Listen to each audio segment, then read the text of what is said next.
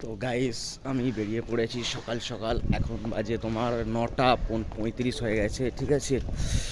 তো আমি এখন যাচ্ছি আমার গার্লফ্রেন্ডের সাথে দেখা করতে, ঠিক আছে। সকাল সকাল বেরিয়ে পড়েছি, তো এত খুশি লাগছে কি বলবো তোমাদেরকে, ঠিক আছে। তো তোমাদের কিছুক্ষণ আমি পরে দেখাচ্ছি, ঠিক আছে, আমার বেবিটাকে। যদি দেখতে চাও তো লাস্ট পর্যন্ত থেকে যেতে হবে, ঠিক আছে। ভিডিওটা লাস্ট পর্যন্ত দেখে নিবে। तो ये देखिए मेरी बेबी का की है ये। तो बेबी को निकालने जा रहा हूँ मैं।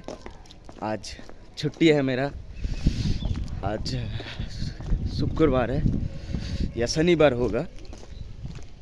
तो बेबी को मैं जा रहा हूँ निकालने, घर से निकल पड़ा हूँ, खाना वाना खा लिया, अभी जा रहा हूँ बेबी को निकालने। तो देखिए देखते रहिए क्या होता है, ठीक है। मैं बहुत एक्साइटेड हूँ, ठीक है। अगला संडे में छुट्टी था तो निकले थे, फिर अभी संडे में, तो ज़्यादा देरी ना करके तो मैं निकल पड़ा हूँ घर से। तो आ ही चुका हूँ, ठीक है। तो ये है मेरे बेबी का घर, ठीक है।